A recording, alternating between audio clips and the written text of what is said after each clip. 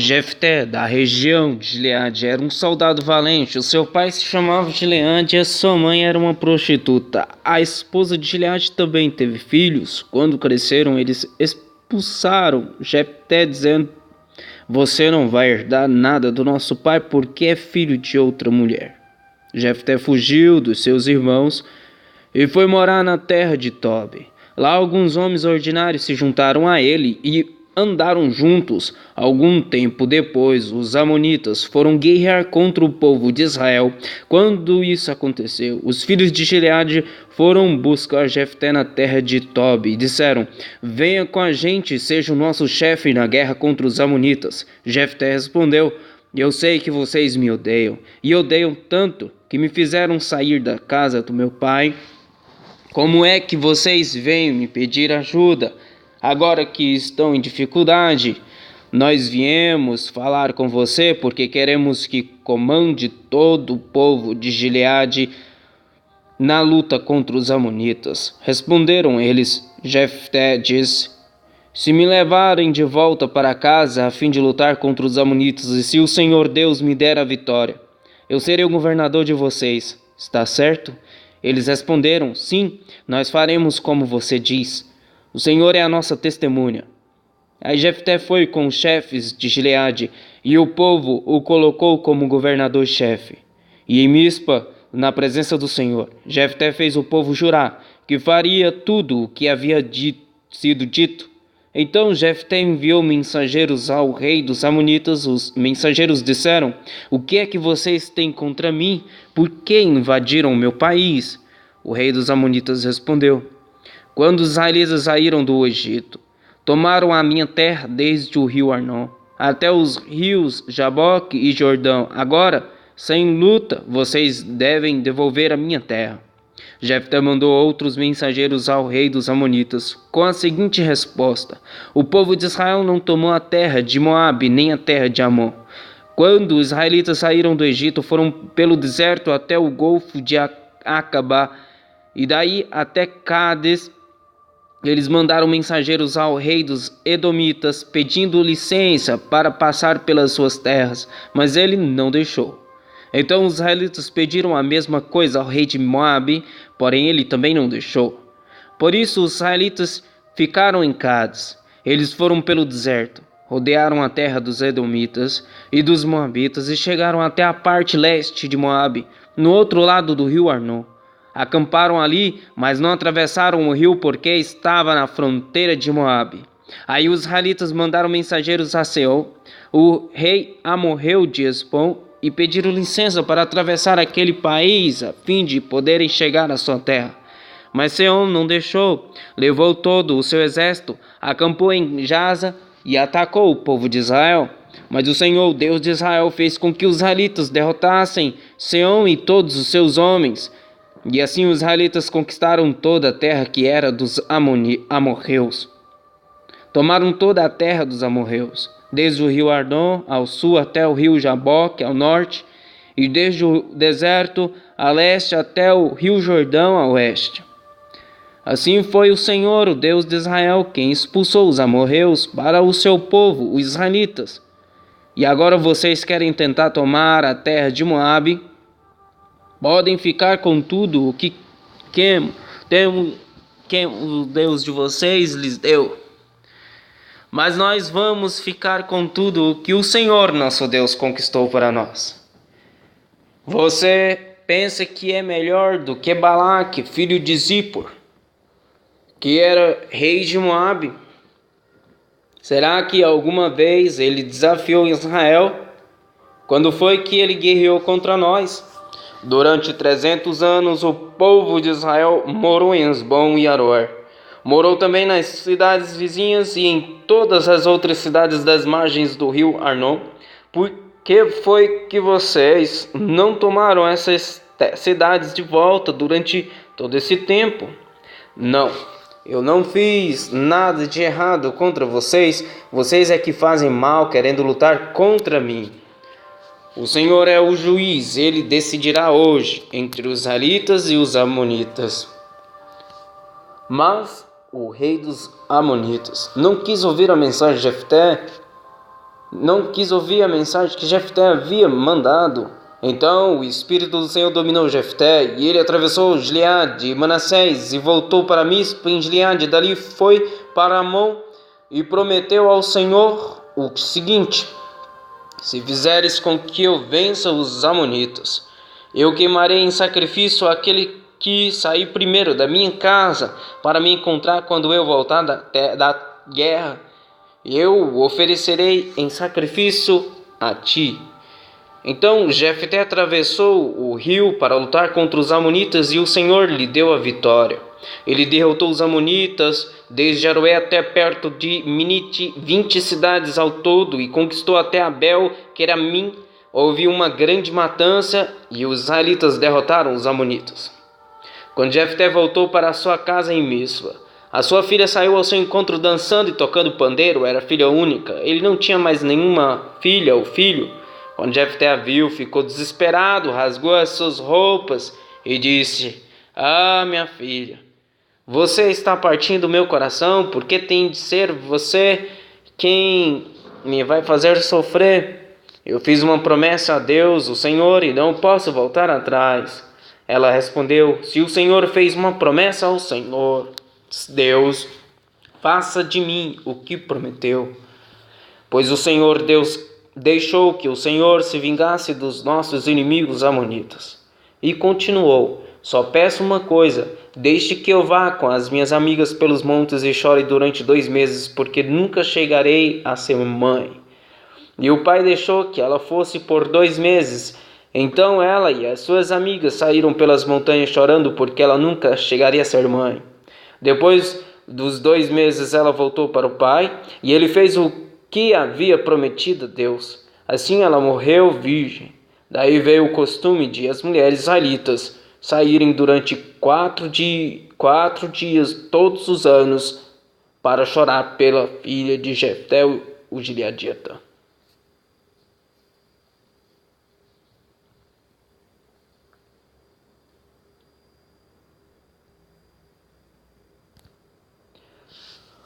Os homens da tribo de Efraim se reuniram para lutar. Eles atravessaram o rio Jordão para o lado de Zafon e disseram a Jefté: por que é que você saiu para combater os amonitas e não nos chamou para irmos também? Por causa disso, nós vamos queimar a sua casa com você dentro. Mas Jefté respondeu: eu e o meu povo tínhamos uma briga séria com os amonitas. Chamei vocês, mas vocês não me livraram deles. Quando vi que vocês não iam me ajudar, arrisquei a vida e fui combater contra eles. E o Senhor Deus me deu a vitória. Então por que é que vocês vêm agora lutar contra mim? Aí Jefté juntou todos os homens de Gileade. Eles guerrearam contra os homens de Efraim e os derrotaram. Fizeram isso porque os efraimitas tinham dito: vocês, gileaditas, que moram nas terras de Efraim e de Manassés, são desertores de Efraim.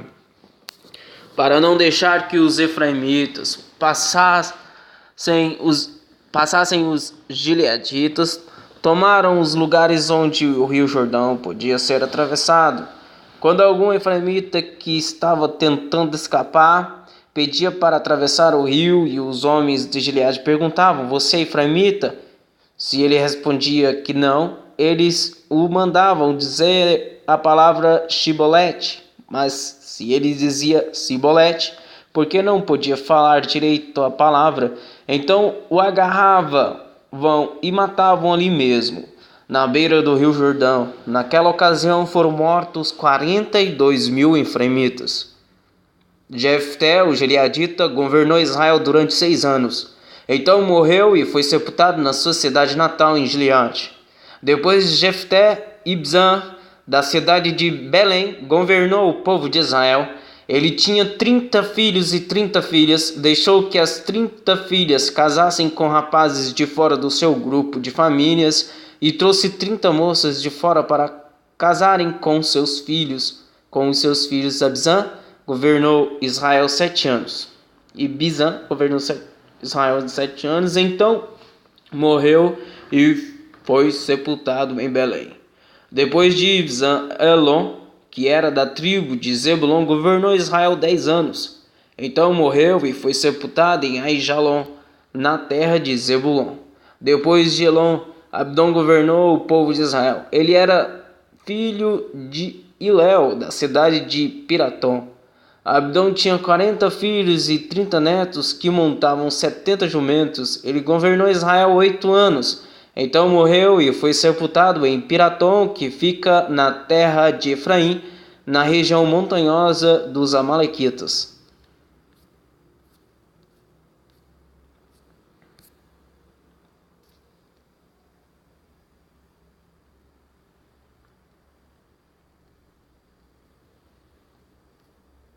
Os israelitas pecaram outra vez contra Deus, o Senhor, e por isso ele deixou que sofressem 40 anos nas mãos dos filisteus. Havia um homem chamado Manoá, que era da cidade de Zora e pertencia à tribo de Dan.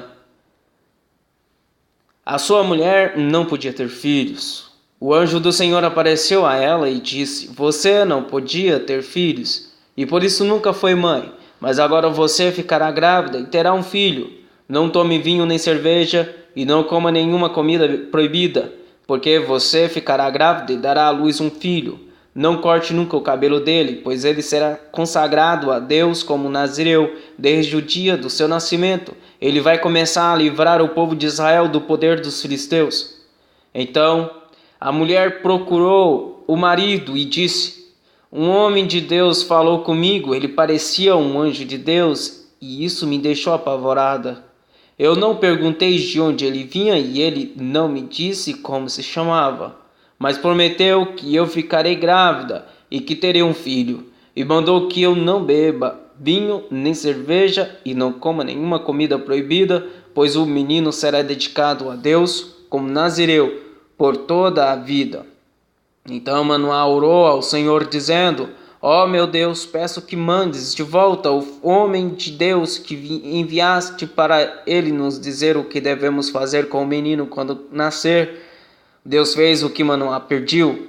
O anjo apareceu de volta à mulher quando ela estava sentada no campo e o marido não estava por perto. Então ela correu depressa para o lugar onde ele estava e disse: O homem que falou comigo outro dia apareceu novamente. Manoá se levantou e seguiu a mulher. Foi até onde estava o homem e perguntou: Você é o homem que falou com a minha mulher? Sim, respondeu ele. Então Manoá disse: Quando acontecer o que você falou, como é que o menino deverá agir? O que deverá fazer? O anjo do Senhor respondeu: A sua mulher deve fazer tudo o que eu já disse a ela. Não vai comer nada que seja feito de uvas, não vai tomar nem vinho nem cerveja, e não vai comer nenhuma comida proibida. Ela deve fazer tudo o que eu disse. Manoá não sabia que aquele era o anjo do Senhor e disse: Por favor, não vá embora ainda, espere, que nós vamos cozinhar um cabrito para você. Se eu ficar, não comerei a sua comida, respondeu o anjo. Mas se você quiser prepará-la, então queime-a como oferta ao Senhor. Manoá disse: Qual é o seu nome? Nós precisamos saber para poder prestar-lhe uma homenagem quando acontecer aquilo que você disse. Por que você quer saber o meu nome? Perguntou o anjo. O meu nome é um mistério. Então Manoá pegou o cabrito e cereais e os ofereceu numa pedra ao Senhor, o Deus dos mistérios. Enquanto as chamas subiam do altar, Manoá e a sua mulher viram o anjo do Senhor subir para o céu, no meio das chamas. Aí se ajoelharam e encostaram o rosto no chão. Manoá e a sua mulher nunca mais viram o anjo. E Manoá compreendeu que aquele homem era o anjo do Senhor. Então disse a mulher: Nós vamos morrer porque vimos Deus.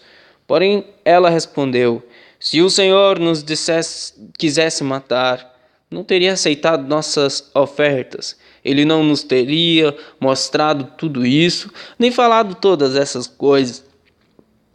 A mulher de Manoá deu à luz um filho e pôs nele o nome de Sansão. O menino cresceu e o Senhor o abençoou. Sansão estava no campo de Dan, entre Zora e Astal. quando começou a sentir que o Espírito do Senhor o dirigia.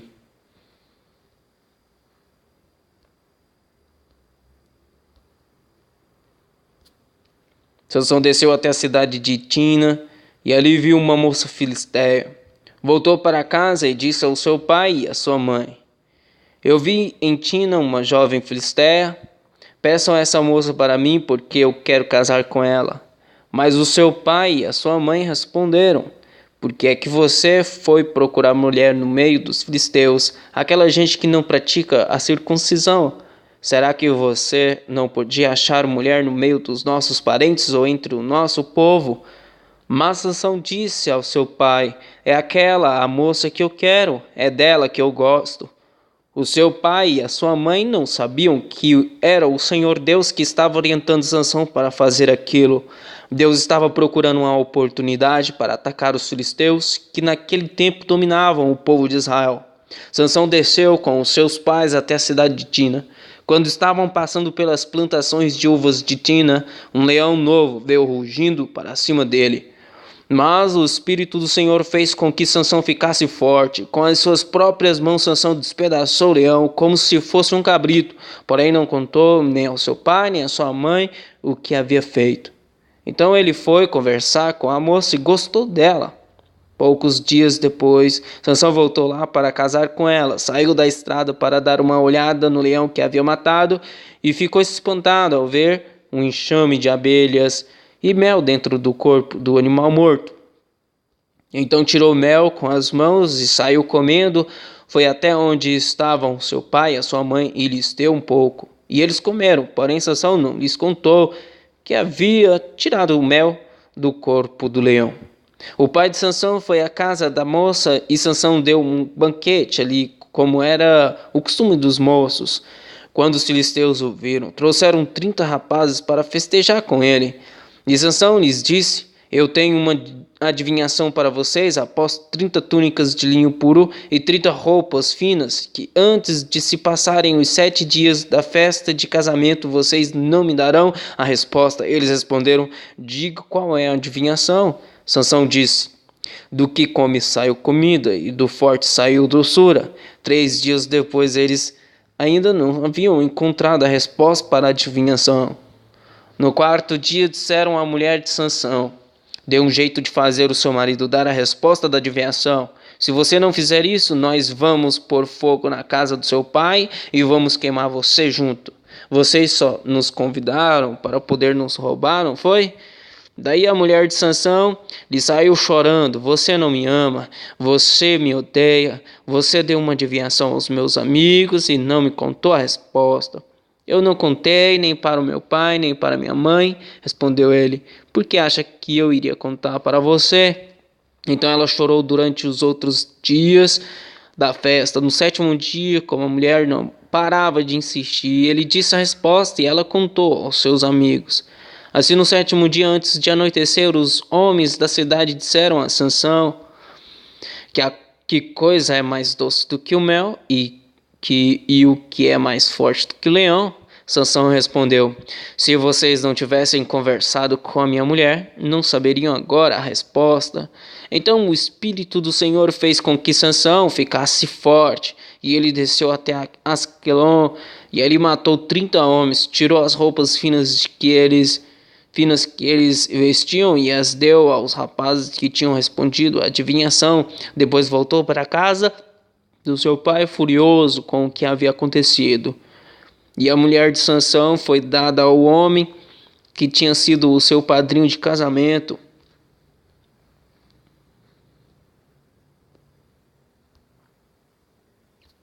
Algum tempo depois, durante a colheita do trigo, Sansão foi visitar sua mulher e levou para ela um cabrito e disse ao pai dela: Quero entrar no quarto da minha mulher. Mas o pai não deixou e respondeu: Eu pensei que você a odiava e por isso a dei em casamento ao seu amigo. Mas a irmã menor é ainda mais bonita. Se você quiser, pode ficar com ela. Sansão disse: Desta vez eu não sou responsável pelo que fizer com os filisteus. com os filisteus. Então caçou 300 raposas, amarrou-as duas a duas pelos rabos e prendeu em cada parte de rabos uma tocha. Pôs fogo nas tochas e soltou as raposas nas plantações de trigo dos filisteus, e o fogo queimou não só o trigo que já havia sido colhido, mas também o que havia estado, o que ainda estava nas plantações. Também os bosques de oliveiras foram queimados. E os filisteus perguntaram: quem foi que fez isso? E ficaram sabendo que Sansão tinha feito aquilo porque o seu sogro havia tomado a mulher dele e dado ao seu amigo. Então os filisteus foram e queimaram viva a mulher de Sansão e a família dela. Aí Sansão disse: então é assim que vocês fazem, pois eu juro que não descansarei até que paguem por isso.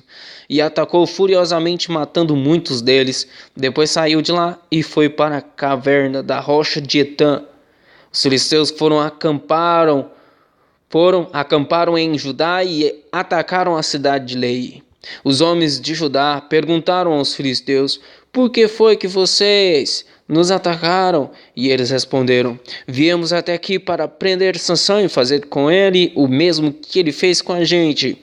Então 3.000 homens de Judá foram falar com Sansão na caverna da rocha de Etã e disseram: você não sabe que os filisteus mandam em nós? Por que você foi fazer aquilo? Eu fiz com eles o que eles fizeram comigo, respondeu Sansão. Nós viemos até aqui para amarrar e entregar você aos filisteus, disseram eles. Sansão respondeu: prometam que vocês não me matarão. Prometemos, disseram eles. Nós vamos somente amarrar você e entregar aos filisteus. Não vamos matá-lo. Então os amarraram com 2 cordas novas e o fizeram sair da caverna.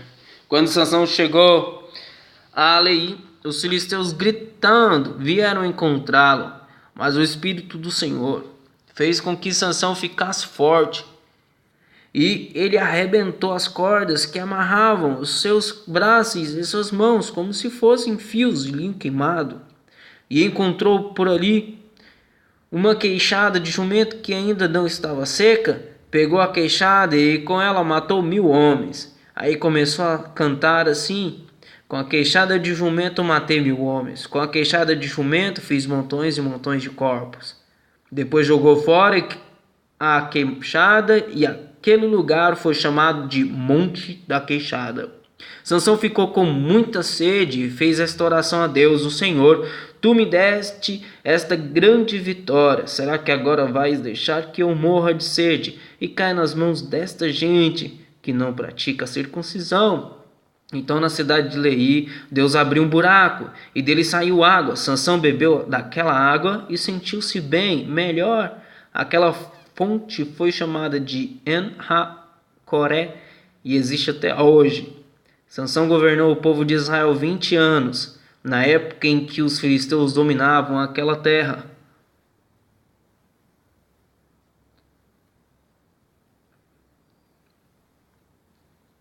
Dali Sansão foi até a cidade de Gaza. Lá viu uma prostituta e teve relações com ela. O povo de Gaza soube que Sansão estava lá, então eles cercaram o lugar e ficaram a noite toda esperando Sansão no portão da cidade. Ficaram em silêncio pensando: vamos esperar o amanhecer, então nós o mataremos.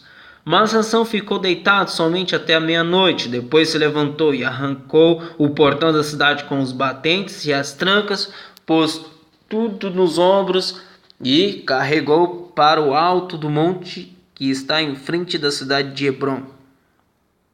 Depois disso, Sansão se apaixonou por uma mulher chamada Dalila, que morava no vale de Sorek.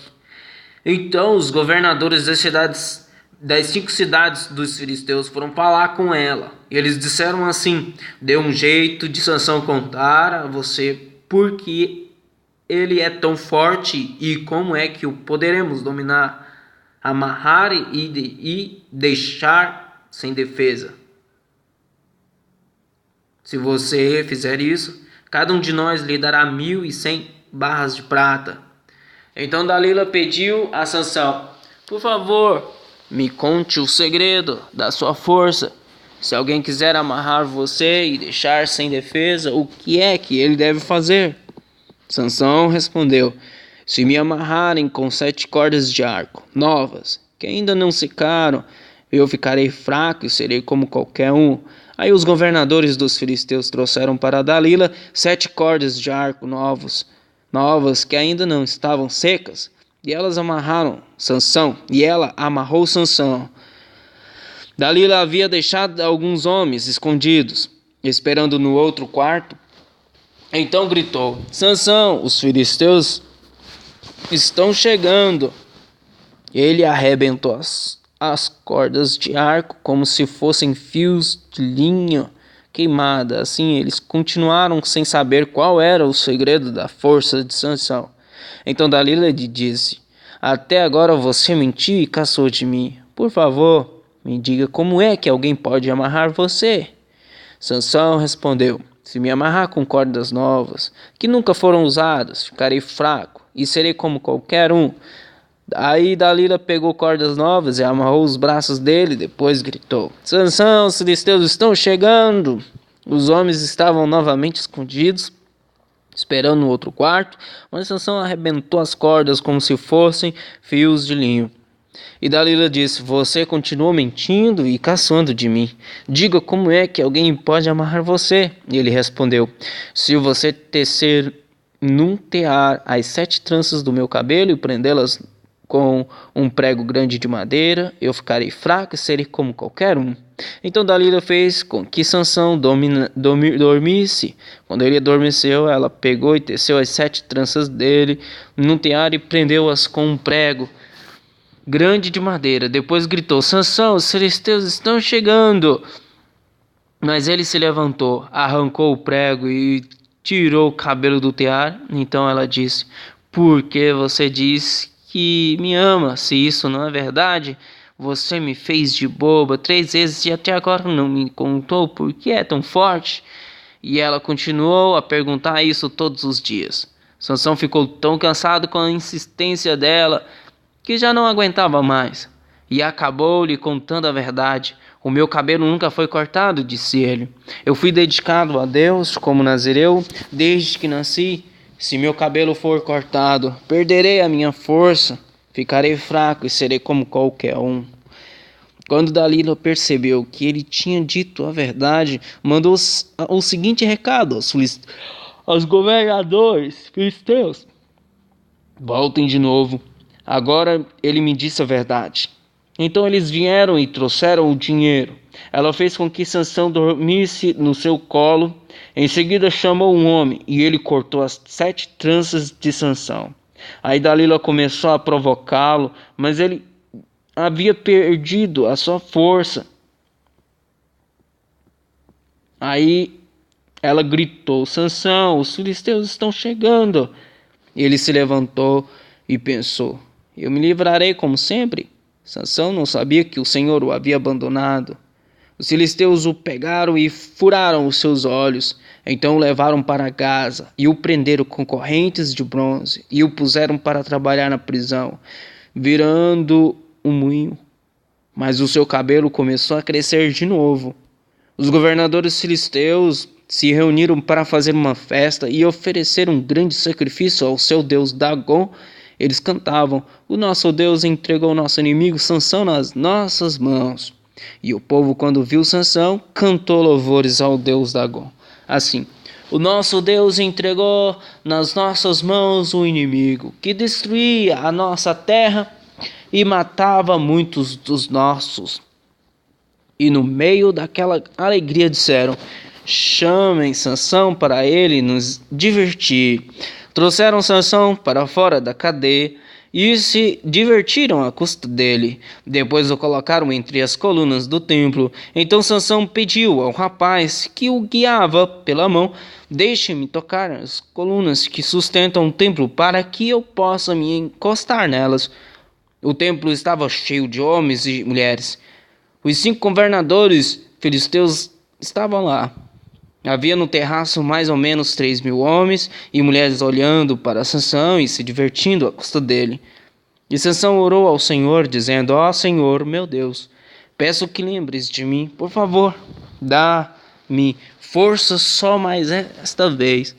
Deixa que eu, de uma só vez, me vingue dos filisteus. por terem furado os meus olhos. Então agarrou as duas colunas do meio, que sustentavam o templo, com a mão direita numa coluna e a esquerda na outra, jogou todo o seu peso contra elas e gritou: que eu morra com os filisteus. Em seguida deu um empurrão com toda a força, e o templo caiu sobre os governadores e todas as outras pessoas. E assim Sansão matou mais gente na sua morte do que durante a sua vida. Os irmãos de Sansão e toda a sua família foram buscar o seu corpo. Eles o levaram e sepultaram entre Zora e Estaol, no túmulo de Manoá, o seu pai. Sansão havia governado o povo de Israel durante 20 anos.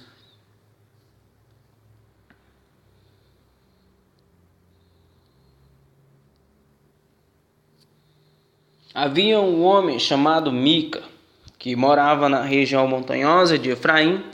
Ele disse à sua mãe: quando roubaram aquelas suas 1.100 barras de prata, a senhora amaldiçoou o ladrão. Eu ouvi a senhora fazer isso. Sabe de uma coisa? A prata está comigo. Fui eu que roubei. A sua mãe disse: que o Senhor abençoe você, meu filho. Então ele devolveu à sua mãe as 1.100 barras de prata. E ela disse: meu filho, para tirar a maldição de cima de você, vou dar esta prata como oferta ao Senhor. Ela será usada para fazer um ídolo de madeira folheado a prata. Por isso eu devolvo agora esta prata a você. Mas o filho tornou a devolver a prata à sua mãe. Então ela pegou 200 barras de prata e entregou a um ourives. Ele fez um ídolo de madeira e o folheou com a prata. E o ídolo foi colocado na casa de Mica.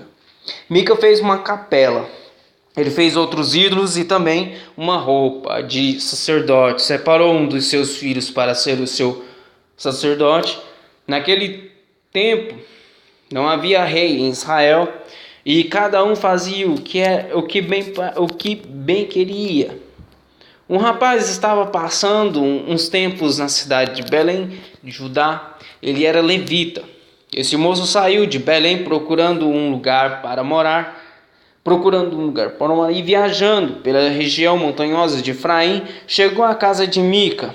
E Mica lhe perguntou: de onde você vem? E o moço respondeu: eu sou levita de Belém, da região de Judá, e estou procurando um lugar para morar. Fique comigo, disse Mica, e seja o meu conselheiro e sacerdote. Eu lhe darei 10 barras de prata por ano, roupa e comida. Então o jovem levita concordou em ficar com Mica e ficou sendo como um filho para ele.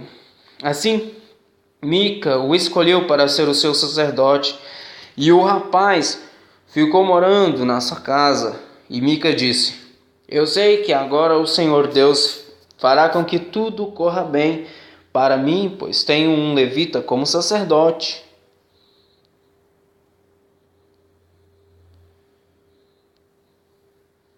Naquele tempo não havia rei em Israel, e a tribo de Dan estava procurando uma terra para morar, terra que fosse só deles.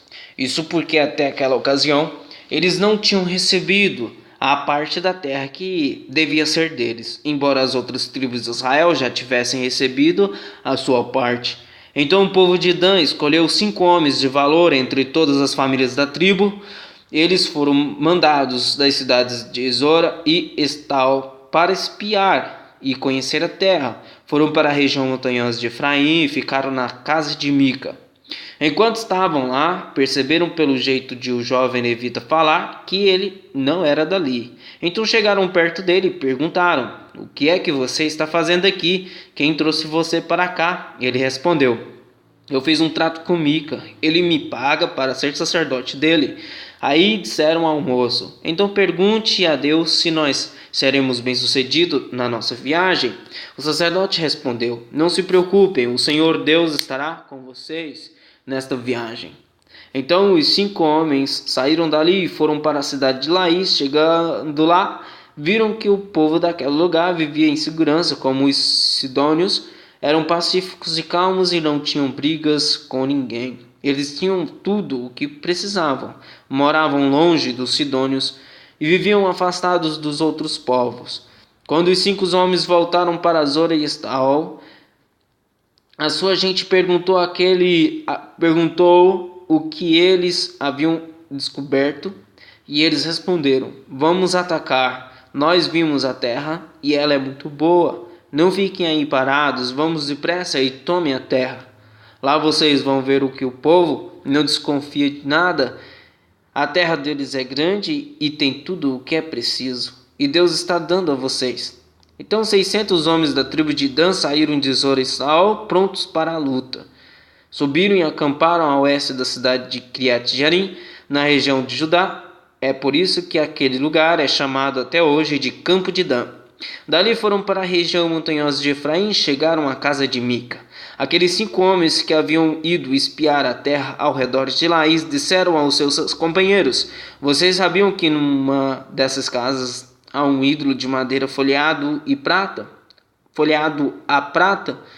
Há também outros ídolos e uma roupa de sacerdote. O que vocês acham que devemos fazer? Então eles entraram na casa de Mica, onde morava o jovem levita, e o cumprimentaram. Enquanto isso, os 600 soldados da tribo de Dan estavam esperando no portão prontos para combater. Os 5 espiões entraram na casa, pegaram o ídolo de madeira folheada prata, os outros ídolos e a roupa de sacerdote. O sacerdote tinha ficado no portão com os 600 soldados armados. Quando os homens entraram na casa de Mica e pegaram os objetos sagrados, o sacerdote perguntou: O que vocês estão fazendo? Eles responderam: Fique quieto, não diga nada. Venha com a gente e seja nosso sacerdote e conselheiro. Você não gostaria de ser o sacerdote de uma tribo inteira, em vez de ser sacerdote de apenas uma família? O sacerdote ficou muito contente, pegou os objetos sagrados e foi com os espiões e os soldados. Eles deram meia volta, puseram na frente as crianças, o gado e os seus bens e partiram. Já estavam longe quando os vizinhos de Mica, que haviam sido chamados para lutar, alcançaram os homens da tribo de Dan. Esses, ao ouvirem os gritos dos que vinham atrás deles, deram meia volta e perguntaram a Mica: O que é que há? Para que toda essa gente? Ele respondeu: Vocês ainda me perguntam o que é que há? Vocês me tomaram os deuses que eu fiz e o meu sacerdote e foram embora. O que foi que sobrou para mim? Os homens de Dan disseram: É melhor você não falar mais nada, porque estes homens podem ficar zangados e acabar atacando vocês. Nesse caso, você e toda a sua família morreriam. Depois de dizerem isso, os homens de Dan partiram. Mica viu que eles eram mais fortes, então voltou para casa. Os homens da tribo de Dan levaram as coisas que Mica havia feito e também o sacerdote dele. Aí foram e atacaram Laís, aquela cidade de povo pacífico e calmo. Mataram seus moradores e queimaram a cidade. Não havia ninguém para salvar aquela gente, pois Laís ficava longe de Sidom e eles não tinham contato com outros povos. A cidade ficava num vale, perto de Bet-Reob. A tribo de Dan construiu de novo Laís e ficou morando ali. Deram à cidade o nome de Dan, porque assim se chamava o fundador da tribo, que era filho de Jacó. E os homens de Dan levaram o ídolo para adorá-lo. Jonatas, filho de Gerson e neto de Moisés, foi sacerdote da tribo de Dan.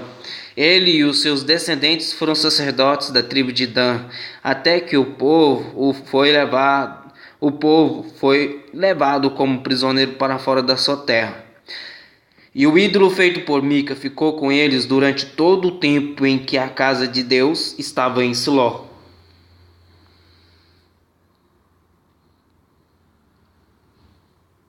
Naqueles dias em que Israel não tinha rei, um levita foi morar bem longe, na região montanhosa de Efraim. Ele arranjou uma jovem de Belém de Judá para ser a sua concubina. Porém ela brigou com ele e voltou para a casa do seu pai em Belém. E ficou lá durante 4 meses. Então o homem resolveu ir a Belém atrás dela, para tentar convencê-la a voltar. Ele foi com o seu empregado e levou 2 jumentos, e a moça o recebeu na casa do seu pai. Quando o pai da moça viu o levita, recebeu-o com alegria, e insistiu para que ficasse na sua casa, e ele ficou ali 3 dias. Assim o casal tomou as suas refeições e passou as noites ali. No 4º dia eles se levantaram cedo e se aprontaram para ir embora. Mas o pai da moça disse ao levita: coma alguma coisa antes de ir, e assim você se sentirá melhor. Você pode ir mais tarde. Então os 2 homens se sentaram e comeram e beberam juntos. Aí o pai da moça disse: por favor, fique mais uma noite e divirta-se. O homem se levantou para sair, mas o pai da moça insistiu muito que ele ficasse. E assim o levita passou outra noite ali. No 5º dia, bem cedo, ele se levantou para ir, mas o pai da moça pediu: por favor, coma alguma coisa. Espere até mais tarde. E os 2 homens comeram juntos.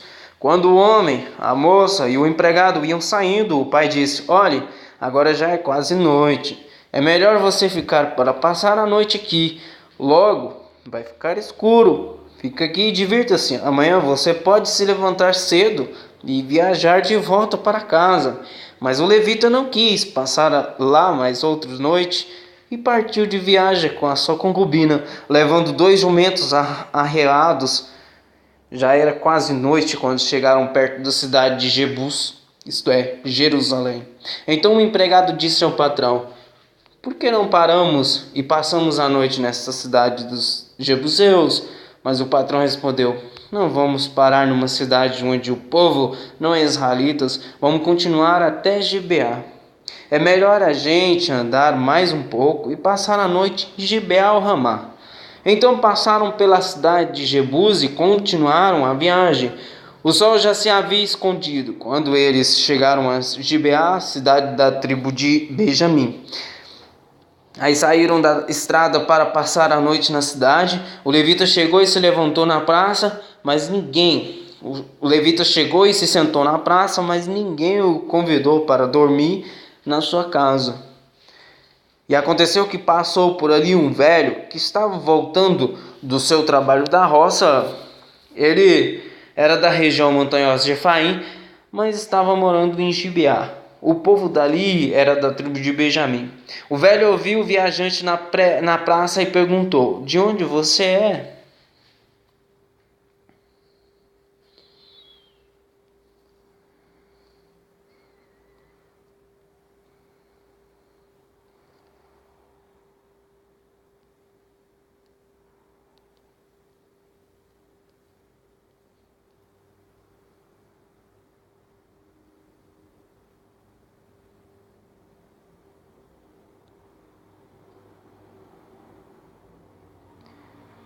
Para onde vai? O levita respondeu: eu estou viajando de Belém de Judá para bem longe, para a região montanhosa de Efraim, onde moro. Fui a Belém e agora estou voltando para casa, mas ninguém me ofereceu hospedagem para esta noite. Nós temos alimento e palha para os jumentos, e pão e vinho para a minha concubina e para o meu empregado. Temos tudo o que precisamos. O velho disse: venham comigo, vocês serão bem recebidos na minha casa, eu cuidarei de vocês, por favor, não passem a noite na praça.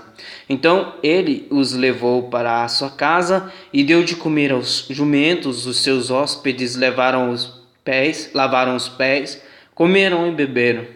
Enquanto eles conversavam alegremente, alguns homens imorais daquela cidade cercaram a casa e começaram a bater na porta, e disseram ao velho: traga para fora o homem que está na sua casa. Nós queremos ter relações com ele. Aí o velho saiu e disse: não, meus amigos, por favor, não façam essa coisa tão má e tão imoral. Este homem é meu hóspede. Olhem, estão aqui a minha filha virgem e a concubina dele. Eu vou pôr as duas para fora, e vocês poderão fazer com elas o que quiserem. Mas não façam essa coisa horrível com este homem. Mas eles não quiseram ouvi-lo. Então o levita pegou a sua concubina e pôs para e a pôs para fora e a entregou a eles. E eles a forçaram e abusaram dela a noite toda e só a deixaram de manhã. Ao amanhecer, a mulher veio e caiu na frente da casa onde o seu marido estava e ficou ali até clarear o dia. De manhã, o marido se levantou para continuar a viagem. Quando abriu a porta, achou a sua concubina caída em frente da casa, com as mãos na soleira da porta. Aí ele disse: levante-se, vamos embora. Porém, não teve resposta. Então pôs o corpo dela atravessado sobre o jumento e seguiu viagem para casa. Quando chegou lá, entrou, pegou uma faca e cortou o corpo da concubina em 12 pedaços. Depois mandou um pedaço para cada uma das 12 tribos de Israel. E todos os que viam isso, diziam: nunca vimos uma coisa assim. Nunca houve uma coisa igual a essa desde o tempo em que os israelitas saíram do Egito. Pensem, o que vamos fazer agora?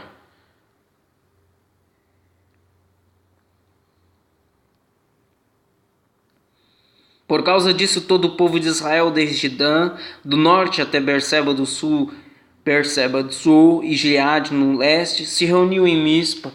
Eles se reuniram na presença de Deus, o Senhor, como se fosse uma só pessoa. Os chefes de todas as tribos de Israel estavam presentes nessa reunião do povo de Deus. Havia 400.000 homens a pé, treinados para a guerra, e o povo de Benjamim soube que todos os israelitas haviam subido até Mispa e que eles queriam saber como aquele crime havia sido cometido.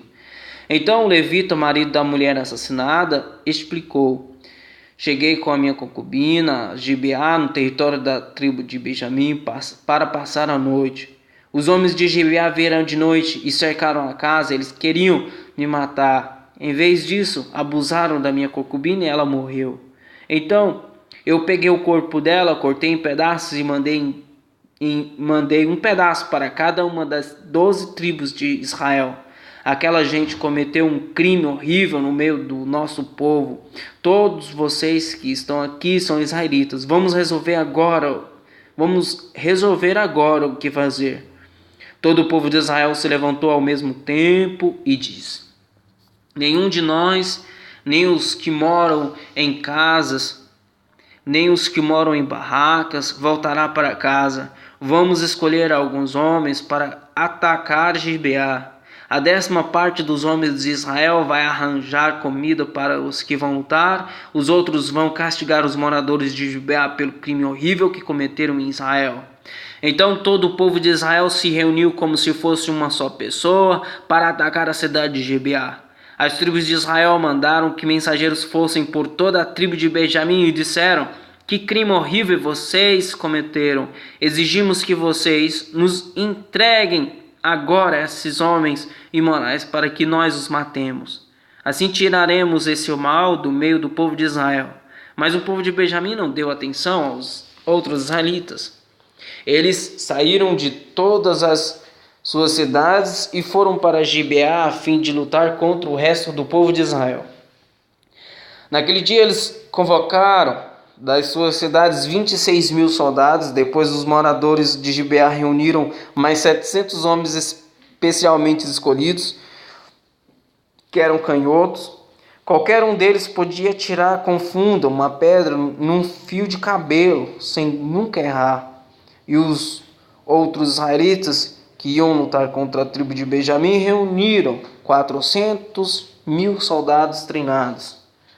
Os israelitas foram ao lugar de adoração em Betel e ali perguntaram a Deus: qual das nossas tribos atacará primeiro a tribo de Benjamim? E o Senhor respondeu: a tribo de Judá. Na manhã seguinte, os israelitas subiram e acamparam perto da cidade de Gibeá. Saíram para combater contra a tribo de Benjamim e puseram os soldados em posição de ataque de frente para a cidade. Então o exército de Benjamim saiu da cidade e antes de terminar o dia eles mataram 22.000 soldados israelitas. Aí o povo de Israel foi para o lugar de adoração e na presença do Senhor chorou até a tarde. E eles perguntaram ao Senhor: devemos ir combater outra vez os nossos irmãos da tribo de Benjamim? E Deus respondeu: sim. Então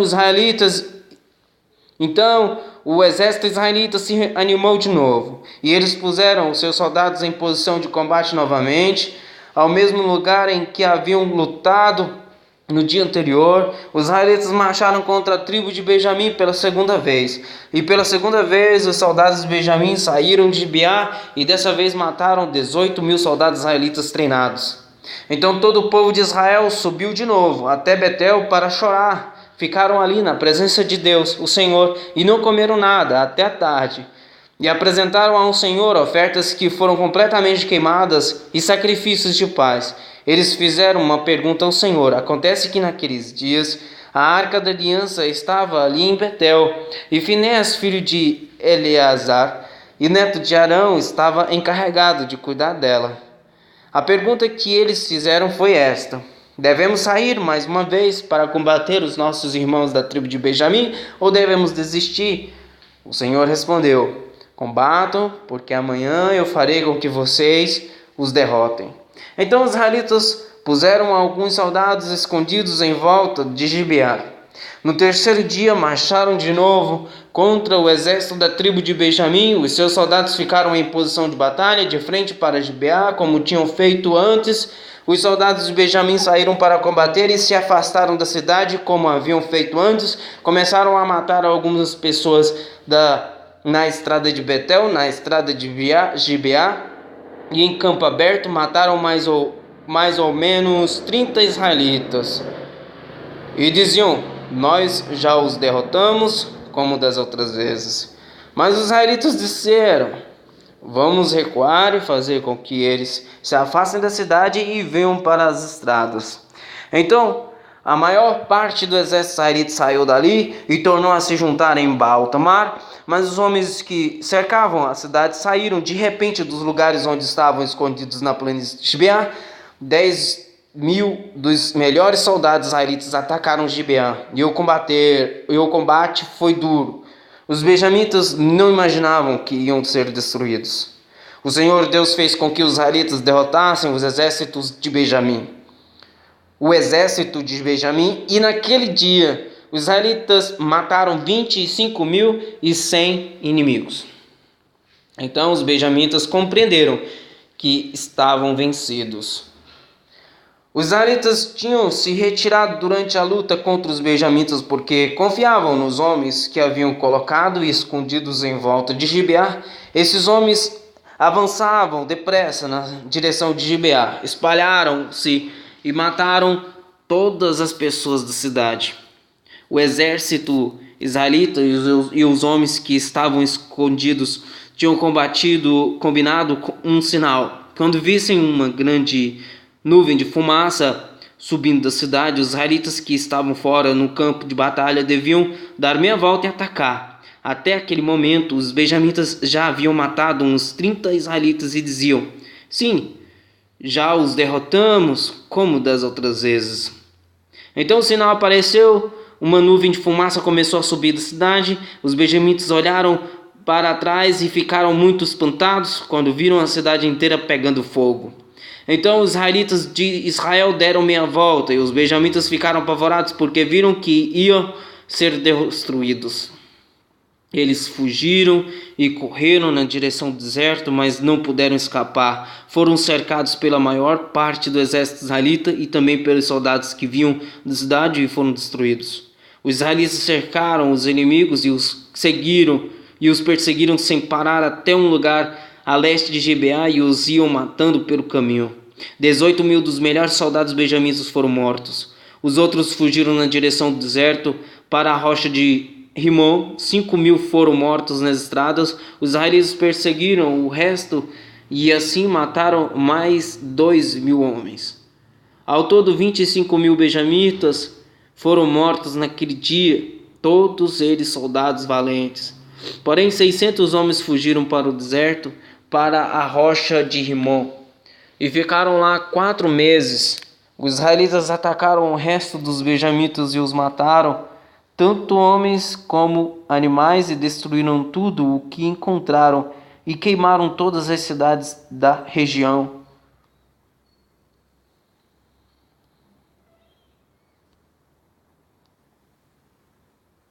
O povo de Israel havia feito em Mispa este juramento a Deus: nenhum de nós deixará que um homem da tribo de Benjamim case com uma das nossas filhas.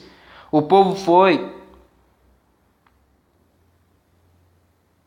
a Betel e ficou ali na presença de Deus até a tarde. E eles choraram amargamente em voz alta, dizendo: ó Senhor Deus de Israel, por que aconteceu isso? Por que está faltando uma das nossas tribos? O povo se levantou bem cedo na manhã seguinte e construiu ali um altar. Apresentaram ofertas que foram completamente queimadas e sacrifícios de paz, e perguntaram: de todas as tribos de Israel, quem foi que não subiu para aquela reunião na presença do Senhor Deus em Mispa? Eles tinham feito um juramento muito sério: quem faltasse à reunião em Mispa seria morto. O povo de Israel teve muita pena dos seus irmãos da tribo de Benjamim e disse: hoje Israel perdeu uma das suas tribos. O que faremos para arranjar esposas para os que ficaram? Pois juramos ao Senhor que não daríamos a eles nenhuma das nossas filhas. Então perguntaram: de todas as tribos de Israel, quem não compareceu diante do Senhor em Mispa? E ficaram sabendo que de Jabes de Gileade ninguém havia tomado parte na reunião. Quando fizeram a chamada do povo, ninguém de Jabes de Gileade estava lá. Então todos concordaram em mandar para lá 12.000 homens, dos mais corajosos, com estas ordens: vão e matem os moradores de Jabes de Gileade, tanto homens como mulheres e crianças. Façam isto, matem todos os homens e todas as mulheres que não forem virgens. E eles encontraram 400 virgens em Jabes de Gileade e as levaram ao acampamento de Siló, que fica na terra de Canaã. Então todos concordaram em mandar mensageiros aos benjamitas na rocha de Rimon para fazer uma proposta de paz. Aí os benjamitas voltaram e receberam aquelas 400 moças de Jabes de Gileade, porém não havia moças em número suficiente para todos. Então o povo ficou com pena dos benjamitas, pois pela vontade do Senhor estava faltando uma das tribos de Israel. Aí os chefes do povo de Israel disseram: não há mais mulheres na tribo de Benjamim. O que vamos fazer para arranjar esposos para os que ficaram? O povo de Israel não deve perder uma das suas 12 tribos. Temos de achar um jeito de a tribo de Benjamim não acabar. Porém, não podemos deixar que eles casem com as nossas filhas. Eles falavam isso porque o povo de Israel havia amaldiçoado quem deixasse um benjamita casar com a sua filha. Então disseram: a festa anual do Senhor na cidade de Siló está perto.